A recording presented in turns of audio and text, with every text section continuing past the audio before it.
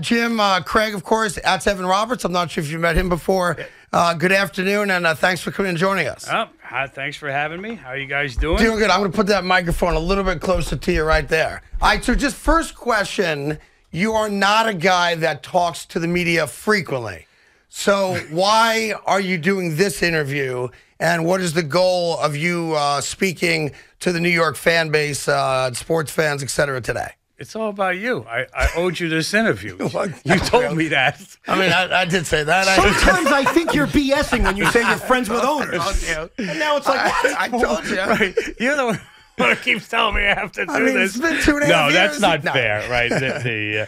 Look, you know, we have an issue, right? That keeps cropping up, right? That we don't think should be an issue, but it is, right? And we've been taking a lot of heat. Yep. On it, right, et cetera. And we have, up until now, we just basically issued a statement, said we're going to keep doing it. We think we're right, et cetera. All right, so let me get into parts of it. One of the issues, of course, is this now infamous facial recognition technology, which the Garden and your other properties have been using specifically towards lawyers that work for law firms that are currently in active litigation with you. I don't think the fans care about that at all, but for the sake of that being the impetus of this conversation, you have said once that litigation is over, win or lose, those lawyers are welcome back in all of your buildings. But during active litigation, why let someone who's being adversarial with you enjoy your buildings? Is that pretty much accurate? Well, something like that. First thing is, they're really not the same issue. Facial recognition is, facial recognition has been going on for the last 10,000 years.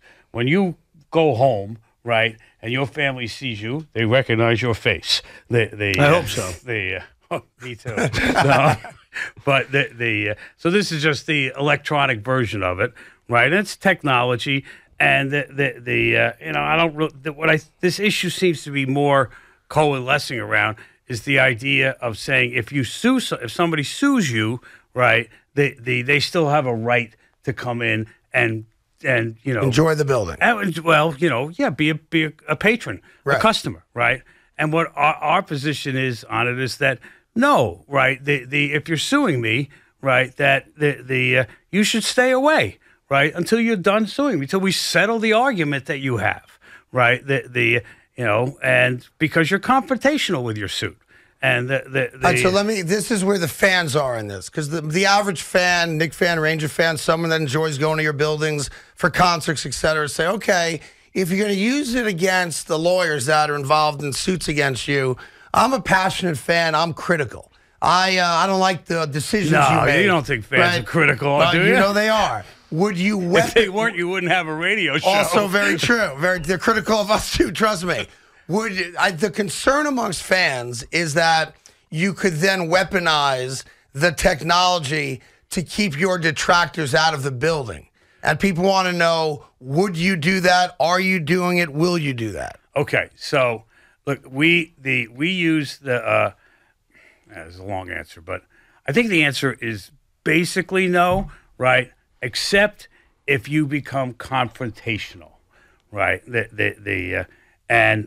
Confrontational with other fans, confrontational with the staff, confrontational with the ownership, right? And you really have to be confrontational, not just say, I don't like you. Generally involves some form of profanity. So a guy in the upper deck's like, hey, you suck, sell the team, I can't believe where the Knicks or Rangers are going. That guy's not going to be banned, but a guy that is FU and that type of thing, that guy's more likely to now deal with your guys. Right. The guy up in the stands, we don't even know if we're going to hear him, right? But if we do, so what? But the guy who comes down, right, works his way down to the floor, and as I'm leaving, right, says, starts confronting me, etc. Yeah, that guy's going to go. Gotcha. Right. He's there to pick a fight, right? Same thing with the players, right? You could sit there and you can yell at the players and say, make your free throws, right? Et cetera. But when you start becoming personal with them, right? And You guys have the right Yeah, no. to eliminate a fan. Yep. If someone is on, because I've done this as a fan, where I'm mad at my team for not doing something, I take it out sometimes on ownership. Would that get someone banned if they're on social media criticizing? No, right? If even if you come down and get in my face and say your team sucks, right? Do a better job, right? I'm gonna say we will next game, right? Come again. So fans shouldn't have any fear that being critical of ownership or the team or any of the teams could potentially lead to being banned using facial recognition. No, that's not going to happen. That's not. Has any fan been banned over that? Only the ones who have come down and gotten right into your face, right? They just step over the line, right? I mean, we certainly understand fans getting emotional. That's the big part of the appeal of the game, Sure. right? But the ones who get right up in your face and get confrontational, and that's unfortunately has happened. Is there a chance that I could call in a favor and just for the sake of me filming it, have Evan banned using the technology? Can we set something like that up? No, you can't. No. And look, I mean, look. I got to ask because he is a season ticket I am a holder. season ticket holder. Who doesn't root for the team? Thank you, by the way. You're welcome. No, but look, I mean, you guys are in this marketplace. You read the papers. I mean, there are people who are critical of us all the time. Yep. Right? We don't ban them. Right? We don't say you can't come, et cetera. I mean, they're a lot of times they're doing their job if they're reporters, et cetera. Right? But I mean, you take social media into account. You're talking about thousands of people. Sure. That's not what we're doing. Right? What we're doing with the lawyers, right, is just basically saying to them, because if you sue me, why should you come and then be a patron? I've said it this so many times. I agree with that. I would do the same thing. My question, yes, he would. My question in regards to that is, do you view the Knicks, the Rangers, the Garden as yours or like a public trust? Okay, so first off, we take the heritage and of the Knicks and the Rangers, and how important they are to New York, all of that, and our fans. That's all very, very important to us. But in the end, no, it is a private company, right? It is owned. It's not the U.S. Post Office. So you can't put the same rules you put on the U.S. Post Office on the Knicks and the Rangers. But I mean, look, we make money out of bringing people into the Garden, right? Out of selling advertising, out of making our teams popular, et cetera, right? We don't make money by chasing people away, right? And that's what you have to rely on. Is that I mean, that's part of sports business. I think no question you own the team, obviously, and you could do what you want. But I think fans view teams as like, they own the building too. They own the team too because they've been fans longer. It's more than that. There's probably hundreds of thousands of fans out there that want to be the general manager. Yes. Right. A couple of times I've done that. Yeah, sure. And I mean, look, we respect that. And we like that they're that involved with the team. Right. In the end, somebody has to make this. The ownership and management makes the decisions. You may not always like them, right, et cetera, but we're doing it to try and put the best product on the floor. No, I think I mean that more in terms of coming into the building, not necessarily forcing you to make a decision or not. That the building, the Garden, is New York City and its heritage, and you obviously own it. Yes, and everybody's welcome. Except if they're a part of the lawsuit. Except if you're suing me, right? I mean, I just don't get it. I mean, why do people think if you're suing somebody, no one cares about the lawyers being banned. It's easy fodder to attack James Dolan. Let's look at who these lawyers are, right? The number one most vocal lawyer, right, in regards to this, a guy named Hutcher, right? You know what his lawsuit is, right? He is defending ticket scalpers, right? Because we stopped the ticket scalpers from buying hundreds and hundreds of tickets, tickets, jacking up the prices to the games and to the concerts, right? And we told them you can only buy 4, right?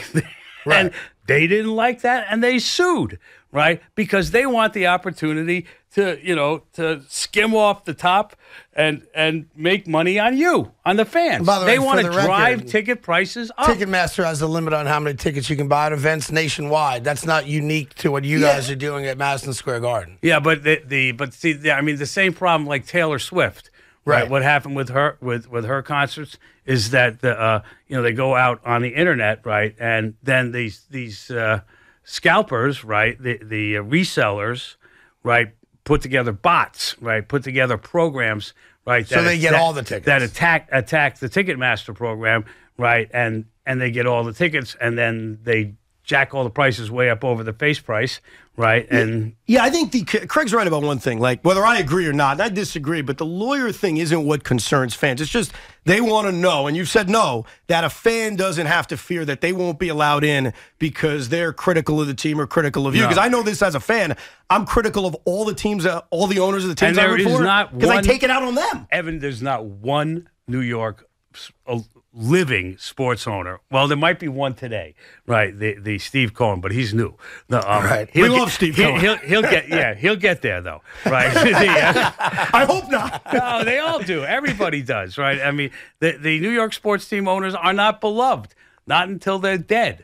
And even then, it's a little iffy. Let me ask you a question. You have kids who love the Knicks and love the Rangers.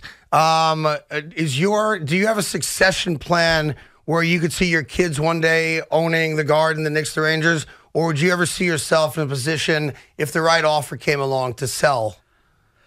I have no plans whatsoever to sell at this point.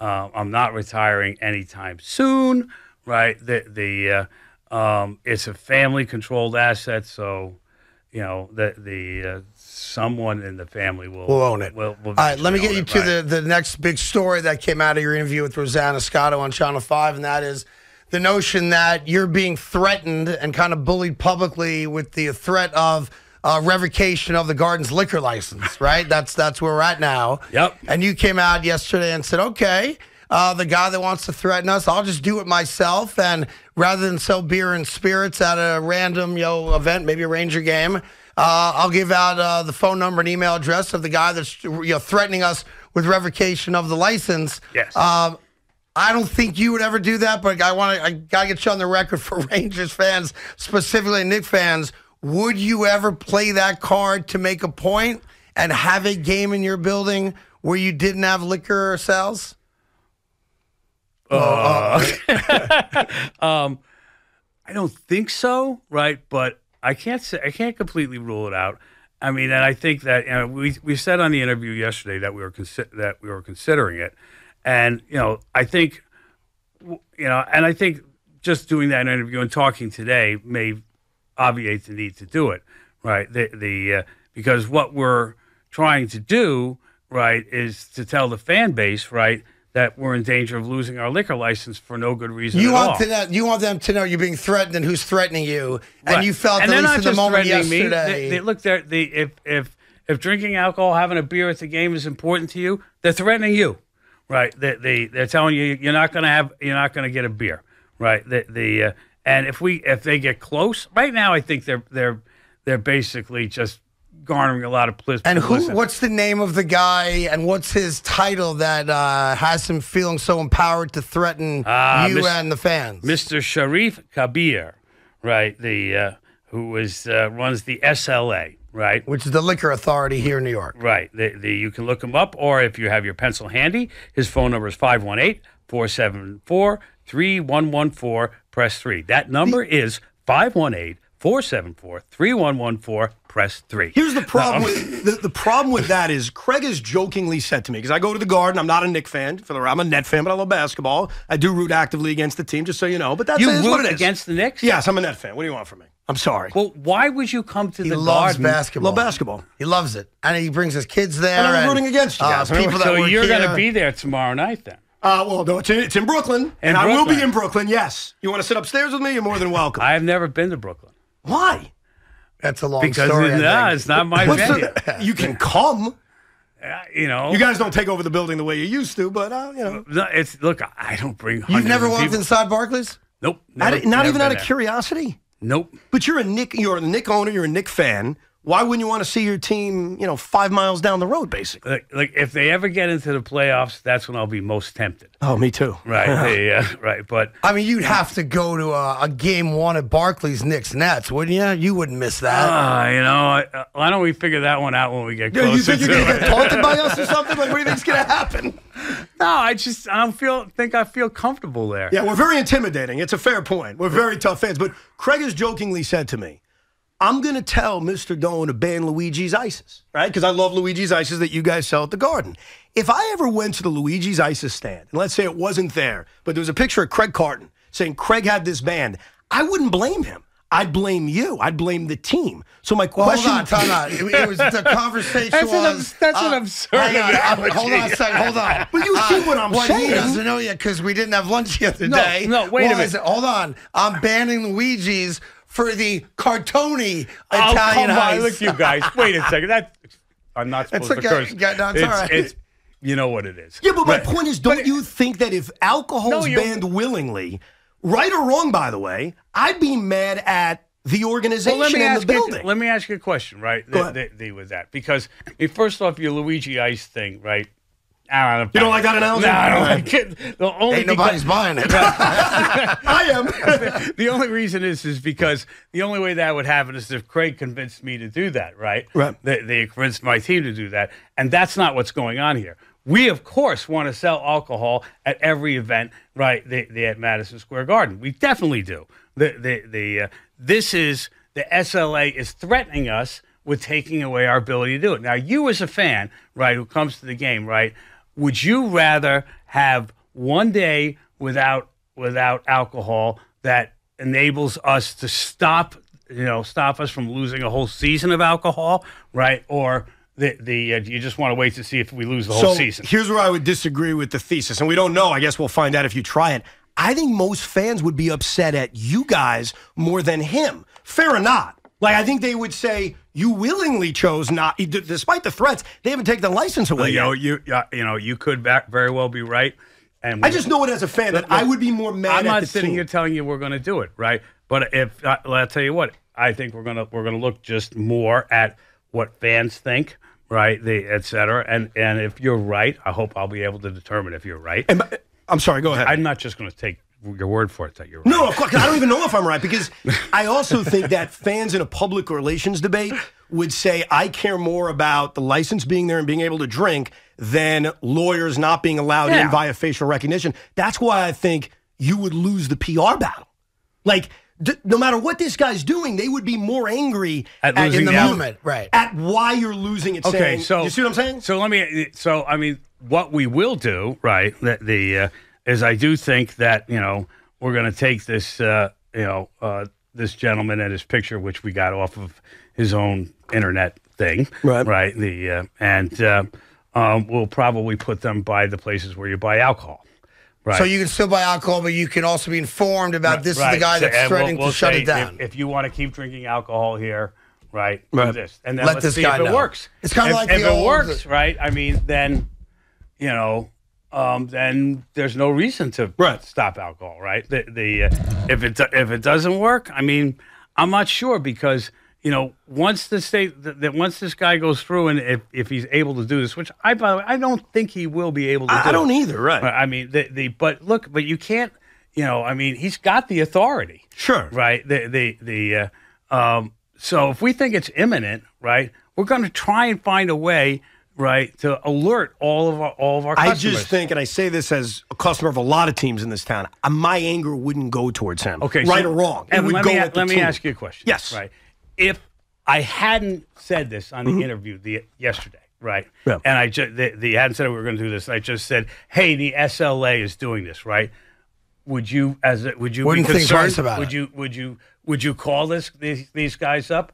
Right. Somehow I have to tell you, the fan, right, that something's at stake for you. Right. Right. So honestly, by saying this to everybody yesterday, apparently that may just be enough. Right. Putting this up by our liquor stands may help. And, and then, because I think that's a better idea. We make money off of alcohol. Oh, sure. Right? I can imagine. And we're in business to make money for our shareholders. And so we're going to keep, we want to keep selling alcohol, and we think it's I think it really adds to the enjoyment of the experience for a lot of our fans. So we want to keep doing it, right? That's the SLA is about to tell us no. Well, you're putting a face and a name on a problem that might actually impact hundreds of thousands of people trying to enjoy an event or a ball game. So I think your idea is a better one than the one I heard yesterday, which is we're going to now put this guy's info while you're buying. But if I didn't do that yesterday, would you be talking to me about it today? I would not. Okay. But the point is, So Ranger fans. But there won't be a Ranger game where there's no booze. Not yet. There is no plan at this point to do that, all right? Ranger fans are very happy now. Your beer is safe. It's waiting for you. Do you care which franchise wins the title first, Rangers or Knicks? Does it matter to you from this point forward, recognizing the Rangers won in 94? In my dreams, it's the same year, right? Probably not going to happen. You don't think? I don't think, no. Well, actually, if you're not asking me this, but I'll say it. I mean, I love my basketball team, and they're they're getting better, I believe, every season. But I think the Rangers are more ready to win it. Wow, they're certainly close last year. Right. Yeah. Do you think Leon Rose has done a good job? Yes, absolutely. They look. I mean, it's funny. I was just talking to Leon. Why did I bring Leon in? I mean, I've been doing this for like now 20-something years, right? And in my experience with the NBA, I mean, you can. There's things you can do as an owner, right? You can create an environment where everybody's give them enough money to do their job, give them more money than they need to do their job. You can stay out of the way, right? Which is usually the best course of action. But you do end up picking the one guy who's going to make all the strategy, right? Who's going to execute for you, right?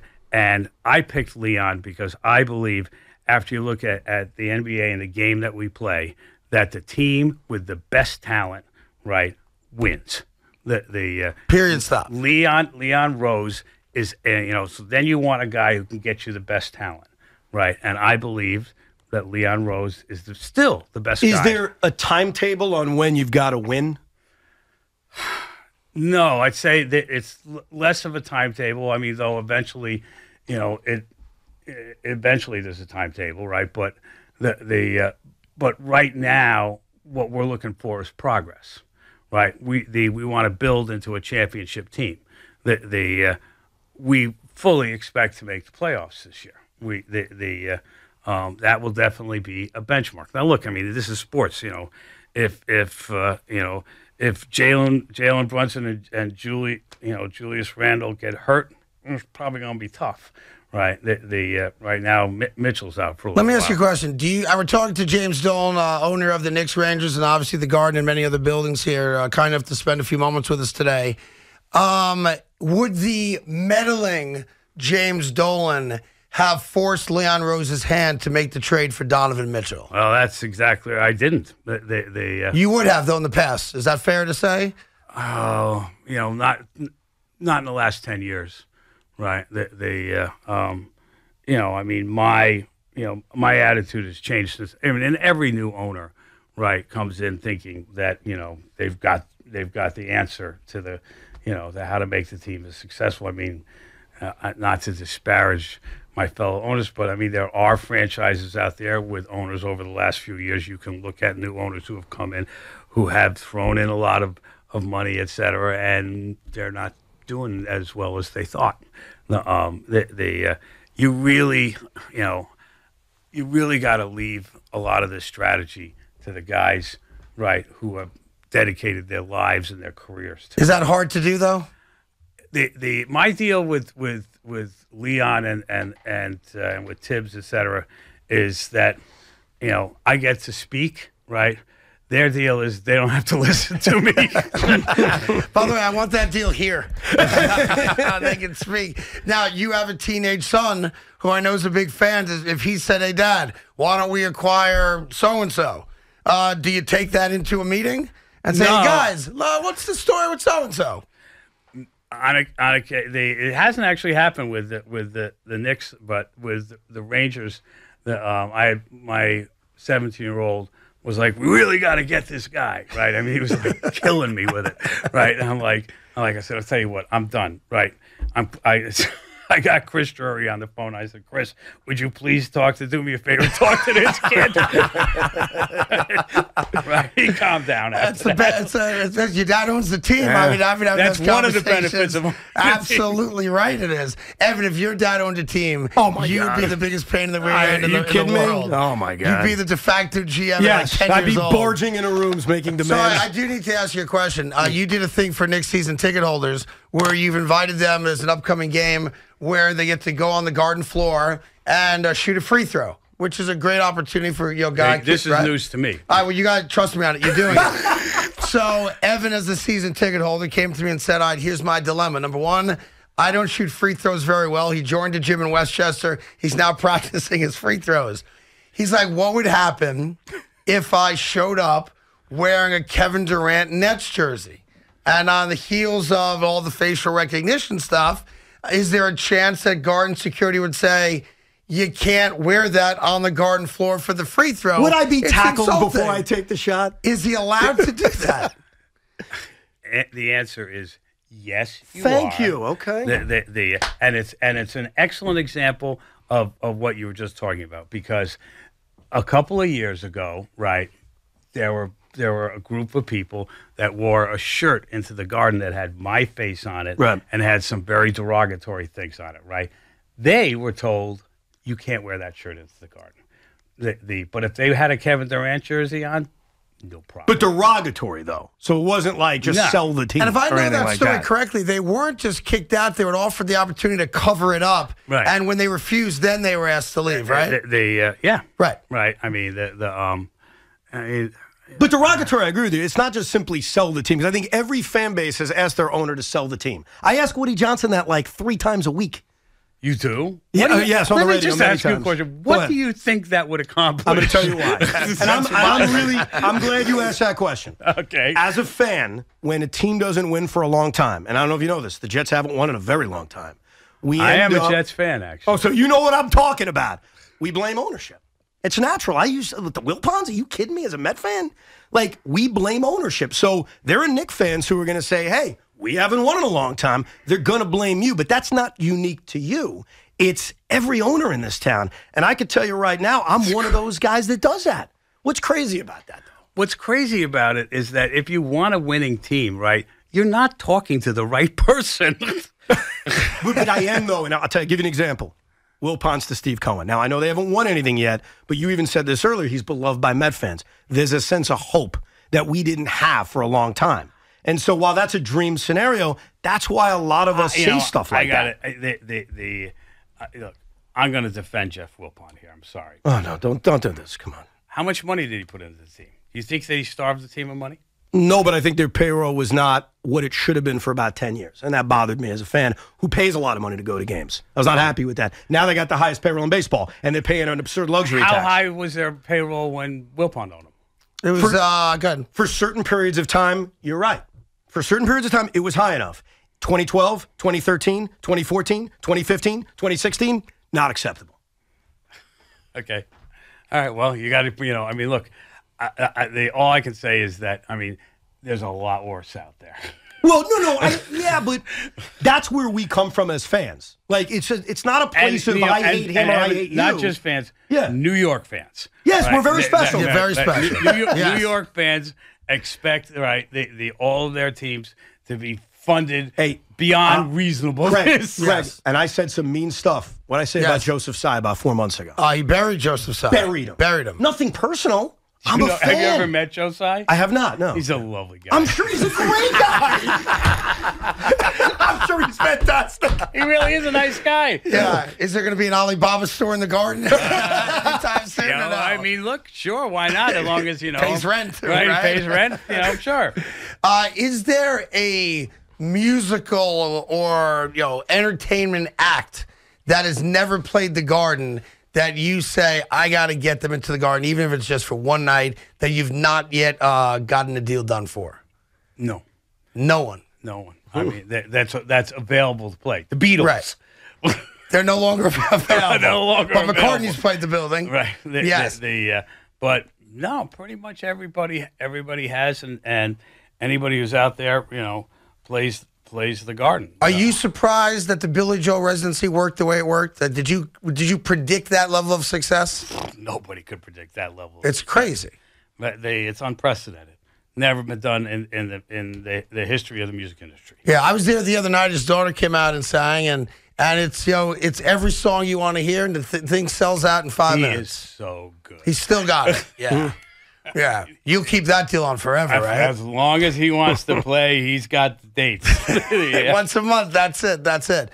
Before we let you go, appreciate you coming in. If there's a message you want to send out to your fan base, Knicks fans, Ranger fans, somewhat on the heels of what started yesterday, but just an overview of where you are as the owner of the Knicks and Rangers and their expectations, both from a talent standpoint, an attempt to go after a championship, and the overall Garden experience. What message do you want to leave your fans with as you leave here today? Look, I think for the fans that I think they mostly know this because the fans who come, particularly the ones who come to the Garden, know this. We work our butts off to make it a great experience. The win or lose, we work our butts off to make it a great experience.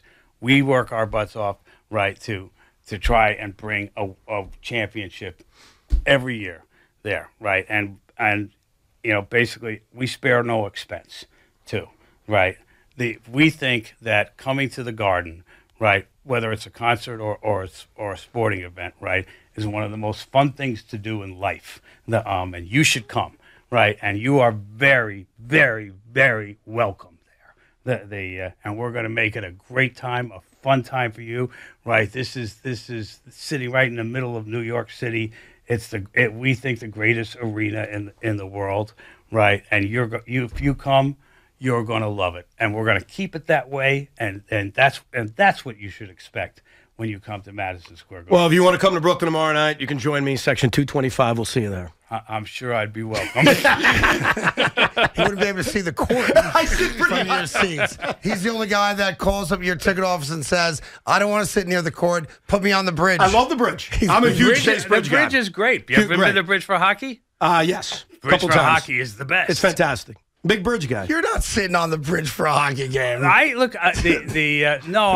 sit where I sit, but I also during the game at times will go up to something called the eyebrow, which is even higher than the bridge. This is where Glenn Sather sits. So you're like it's the furthest seat away from the ice, but you're way up high and you get a real good view of how the Are there ticketed seats up there or no? Not that Probably high. Not, no, right? I mean this is like. I mean, is that like you got to walk like a catwalk to get up there and it's dangerous? Yeah, a little bit. Craig won't go up there. He won't come up to the bridge with me. Listen, I got come to the game, I'll take you up to the eyebrow. I'll sit next to you courtside. You let me know how the eyebrow is. How about we just work out that? Well, listen, I appreciate you coming in. I hear what you're saying. Don't agree with all of it, but I respect the fact that you guys are under fire right now from people that think you're an easy target. And the goal is to just make sure fans know that they can have a great experience. They can be critical if they want to be critical, and that you would never do anything and won't do anything to try to change the overall experience of a man, woman, child that walks in. Only make it better. If I can figure out how to make it better, we will. Well, the answer, the answer. Yeah, winning. We all know about winning, right? Yeah, if someone told you when you first took over that it would be this long without a championship for basketball, would you have said you're out of your mind? There's no way that could possibly happen. God, you know what? I mean, it's very defeatist. It would be very depressing, especially if I believed them, right? I mean, look, every owner, right, goes into the season believing they have a shot, right? I've done 24 seasons, right? Every season going in thinking we had a shot. Sometimes a longer shot than other times, sure, right? But even this season, right? In my mind, I could see, I could see the team developing, right? But it would require some players to make huge jumps in their skill levels and how they're playing, and that's probably unrealistic, right? But also there's trades. I mean, I always think we have a shot. I think we still have a shot now, right? I think our expectation should be that the team makes the playoffs. Right. Start with that. Right. Start with Is that enough, though? Is like getting to the playoffs, let's say losing a first-round series, that a success? It's really about did they get better? Right. Right. I mean, did we build enough this season that in the off season, right, we can make a move or two and get even better and get even closer, right? Like the Rangers did. Right? Wow, they made quite a jump. I mean, they got to that. I don't agree with you there, by the way. I mean, look what Well, happened. just based on results, they did. Yeah, but what happened was we had the season before the season that we went to the semifinals, right? We should have been in the playoffs. We should have been made it through the second round. Everybody was disappointed, right? So we made some changes, and then they realized a lot of their potential, right? And Chris has done, by the way, a fantastic job. I can't believe there's a Ranger fan that doesn't like Chris Drury. But maybe there's one. I'm sure there's I think somebody. Ranger fans are happy. Knicks fans are the ones that are up and down. Right, well, we'll get there with the Knicks. And you will acknowledge this publicly. You still owe me lunch, yes? Yes, I Okay, do still so owe I'll you make lunch, sure I just want to out there, and so I I'll be will. sure we're there. I do. On public, we also acknowledge that Craig Carden is my friend, and we See? do talk. There you go. You proved it. Listen, I'm going to tell a story about Jim that he's not going to doesn't want me to say. I'm going to say it because, when I got in trouble and went away, when I got out of prison and I was trying to restart my life, there's a handful of people that reached out to me, and Jim Dolan is one of those people, and I'm forever grateful for that because you didn't have to. It wasn't a public thing. I've never shared that story publicly. I know I shouldn't. But, when you're in a situation I was in and someone that you're not very close with as a friend reaches out and literally said, here's my personal phone number, here's my email, 24/7. If you need somebody to talk to, I've conquered some similar demons that you're going through, you call me. And I'm forever grateful for that and appreciate that friendship very, very much. Thank you for that. Jim Dolan, everybody. We'll take a quick break, and we'll get back at it with you on the phones right after this on The Fan.